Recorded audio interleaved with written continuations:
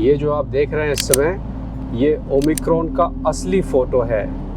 Omicron और delta variant में सबसे बड़ा फ़र्क ये है कि डेल्टा वेरिएंट को अपने टॉप पे आने में 100 दिन लगे थे, ओमिक्रॉन को केवल 16 दिन। जी हाँ, केवल 16 दिन। The Omicron variant is on the move. The most infectious form of the virus so far. 24 नवंबर को ये ओमिक्रॉन खोजा गया और 16 दिन के अंदर यूरोप तक लॉकडाउन पहुंच गया।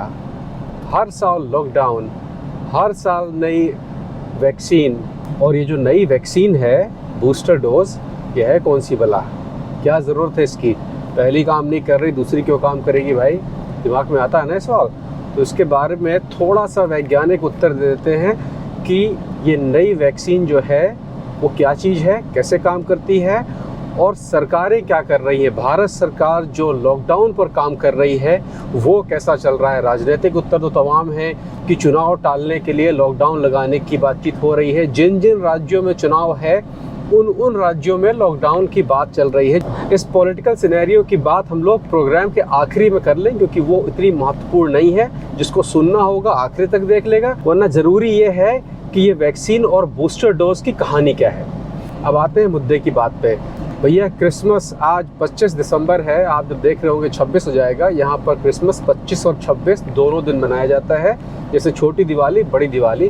क्रिसमस का मतलब यहाँ पर ज़्यादातर ये होता है कि लोग अपने माँ बाप, यानी कि दोनों तरफ के माँ बाप जो हैं उनके यहाँ पर शाम को जाते हैं, खाते पीते हैं और अपना त्यौहार मनाते हैं। कोई पूजा पाठ, घंटी टुंडुना और कर्म कांड नहीं होता है, खाली खाना पीना होता है। इस बार ऐसा कुछ नहीं है, हर आदमी अपने अपने घर में बैठा हुआ है, क्योंकि बाहर एक मेहमान खड़ा हुआ है। आपके यहाँ वही मेहमान अभी जनवरी आखिरी तक पहुँच जाएगा। ऐसा मेहमान है जो अंदर आना चाहता है, उसे कोई अंदर लेने को तैयार नहीं है, लेकिन वो अंदर घुसेगा ज़रूर। वो है ओमिक्रॉन। ओमिक्रॉन को घुसने से रोकने के लिए फ़िलहाल हम लोगों के पास कोई ख़ास बहुत बड़े हथियार नहीं हैं। जो हथियार पुराने कोरोना के लिए हैं, उन्हीं हथियारों को थोड़ा सा तेज़ करना है। अभी तक की जो जानकारी है, जानकारियाँ रोज़ पर रोज़ नई आ रही हैं। सबसे ज़रूरी जानकारी ये है कि ये कोरोना और डेल्टा कोरोना दोनों एक ही हैं। पेट के अंदर, उनके गर्भ में एक ही चीज़ है। केवल बाहर का जो जैकेट है, मतलब बाहर के जो कपड़े हैं, वो बदल गए हैं और उनके बदलने की वजह से हमारा इम्यून सिस्टम उस खतरे को पहचान नहीं पाता है। तो बूस्टर डोज समझने से पहले समझ लें कि वैक्सीन क्या चीज़ होती है। इसके बारे में हम लोग बता चुके हैं, लेकिन हम लोगों की आदत है उसको रिपीट करने की, तो मैं फिर से रिवाइज कर देता हूँ। जब वैक्सीन हमारे शरीर में लगती है तो दो तरह की सेल्स अंदर जाती है। इसको बी सेल कहते हैं और टी सेल कहते हैं। बी सेल एक ऐसी चीज़ होती है जो हमारे अंदर एंटी स्टॉफ बनाती है, इसको हम लोग एंटीबॉडीज़ भी कहते हैं। बी सेल एंटी स्टॉफ की फैक्ट्री होती है कि शरीर के अंदर हमारे इम्यून सिस्टम को सिखा देती है कि अगर संक्रमण, अगर कोरोना आ रहा होगा, ख़ास तौर पे कोरोना आ रहा होगा, तो उसको कैसे पहचाने और ख़त्म कर दे। एक तो ये चीज़ सिखाती है।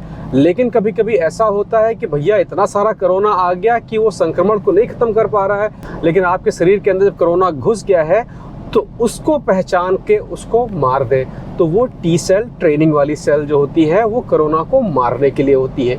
एक तो है पहचानने के लिए कि शुरू में ही पहचान ख़त्म कर दी तो संक्रमित ही नहीं हुए। दूसरी है कि जब संक्रमित हो गए तो हमारे शरीर का जो इम्यून सिस्टम है वो उस संक्रमण से लड़ सके और जीत सके।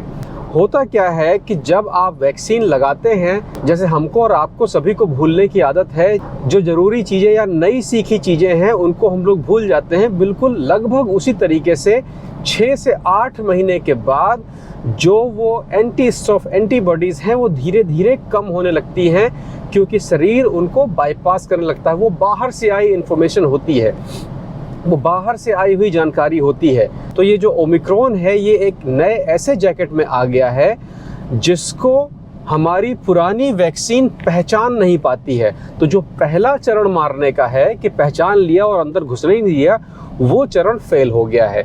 मतलब कि जो फाइज़र, मैं फाइज़र की बात करूंगा क्योंकि वो यहाँ पर है और उसी पर ही सबसे ज़्यादा शोध हुआ है। फाइज़र पहचान के मामले में केवल 33% मामलों में फाइज़र पहचान में एक्टिव है। मतलब कि लगभग 70% टाइम वो वायरस को नहीं पहचान पाई। तो हमारी वैक्सीन उस वायरस को पहचान नहीं पाती है, तो वायरस शरीर के अंदर आ जाता है। जिन जिन ने 2 वैक्सीन लगाई हैं उनके पास उससे लड़ने की वो टी वाली जो जानकारी है वो तो है। तो उससे क्या होता है कि वो लड़ रहे हैं, बीमार हो जा रहे हैं और बाहरी दवाइयों की मदद से उससे बच भी जा रहे हैं। जिनके पास वो टी ट्रेनिंग वाली सेल नहीं है वो लड़ नहीं पा रहे हैं। ज़्यादातर मौतें जो हो रही हैं वो उन्हीं की हो रही हैं जिनके पास वो ट्रेनिंग सेल, वो वैक्सीन नहीं थी। तो बूस्टर डोज में क्या हो रहा है कि ये वही पुरानी वैक्सीन है, अभी नई आने में, जनवरी में नई आ जाएगी। ये वही पुरानी वैक्सीन है जिसमें कि वो एंटीबॉडीज़ जो हैं वो बी सेल और जो टी सेल हैं वो और भर दी जाती हैं कि जब आपके पास ये कोरोना का अटैक हो तो 30% क्षमता तो यही है कि वो पहचान लेगा, और नहीं पहचानेगा तो लड़ने की आपके पास जो पूरी क्षमता है वो तो है ही। मतलब आप संक्रमित हो जाएंगे, बीमार हो जाएंगे, लेकिन बच जाएंगे बिना कोई खास सिम्टम्स के। एक चीज़ का ख्याल रखिएगा कि जब भी कोई कहे कि कोरोना ज़्यादा ये इफ़ेक्ट नहीं करता है क्योंकि वो जान नहीं लेता है, भैया जान ले लेना सबसे बड़ी चीज़ नहीं होती है। आप मर गए, मरने के बाद कौन देखता है, क्या देखता है? आप जिंदा रह गए और आपने 2 साल दवाइयाँ खानी पड़ गई आपको, वो कोरोना का इफ़ेक्ट जो है उससे बचना है आपको। कि आप जिंदा रह गए, आप सही बच गए, लेकिन आप जब काम कर रहे हैं तो थकान हो जा रही है, आपको सांस फूल रही है आपकी, जरा सी बात पे आपको खांसी जुकाम बुखार हो जा रहा है। ये सारे कोरोना के सिम्टम्स हैं जो कई साल रहते हैं। तो इन पर आपको ध्यान देना है। कि हम नहीं मरेंगे वो तो अलग बात है। आप ट्रेन से लड़ जाओ तो भैया 2 ऑप्शन है कि बच गए कि मर गए तो ठीक है भाई, कटा पिटा बटोर के बांध के फूंक देंगे आपको। लेकिन अगर आप बच गए और हाथ पैर कट गया तो वो तो मरे से ज़्यादा सज़ा है। तो ज़रूरी ये है कि आपके पास उपलब्ध मात्रा में हथियार हो जिनसे कि आप लड़ सकें। तो वो फ़िलहाल बूस्टर डोज यहाँ पश्चिम में है।